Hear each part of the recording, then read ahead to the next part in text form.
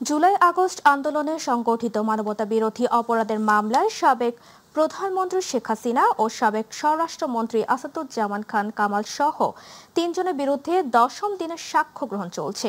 আন্তর্জাতিক অপরাধ tribunal 1-এর chairman বিচারপতি মোহাম্মদ গোলাম মুর্তজা মজুমদারের নেতৃত্বাধীন বিচারিক প্যানেলে এই সাক্ষ্য গ্রহণ শুরু হয়।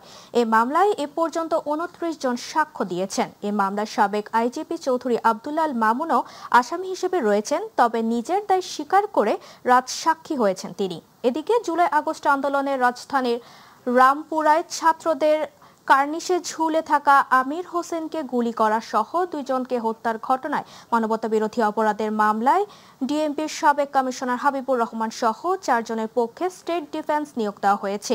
একই সঙ্গে অভিযোগ গঠনের উপর শুনানির জন্য আগামী 11 সেপ্টেম্বর দিন ধার্য করেছেন আন্তর্জাতিক অপরাধ ট্রাইব্যুনাল।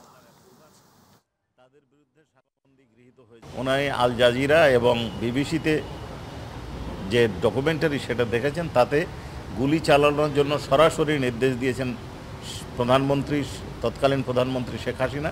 এই ঘটনার বিবৃতি দিয়েছেন, উল্লেখ করেছেন, এবং উনি আরও বলেছেন যে এই ঘটনা সাবেক স্বরাষ্ট্রমন্ত্রী এবং সাবেক আইজিপি চৌধুরী আব্দুল্লাহ আল মামুন এই ঘটনাগুলোর জন্য সরাসরি দায়ী।